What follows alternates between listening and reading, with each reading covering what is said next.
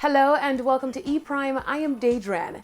Fame Frequency had a treat over the weekend as Francois Saint-Just and Derek Wilkes, past Fame 95 FM princes, were special guests on the show.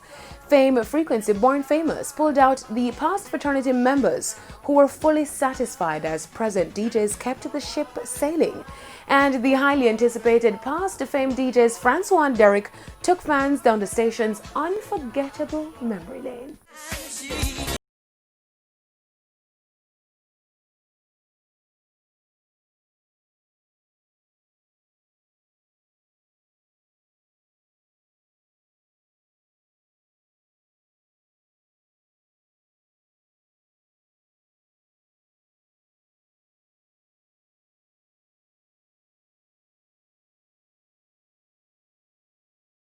A good opportunity to play with the young guys, but bring some vibes from the early years. So that was a lot of fun. So I enjoyed myself. I hope that the old timers like me enjoyed the music, and the young ones like you would have enjoyed how we used to party.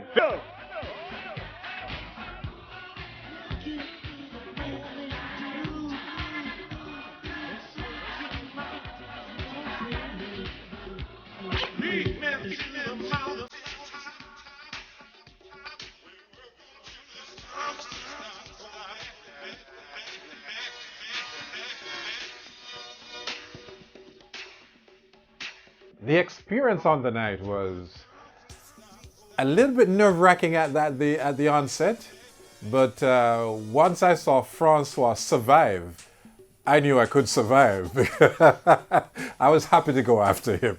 Fame Frequency, born famous, was co-hosted by former Fame personality Dene Ramgalam and saw a cameo from Paula and Porter Jones. Fame 95 FM is known as the entertainment capital of Jamaican radio and started blazing back in 1984. Now to international news, where Beyonce releases a new single, Black Parade.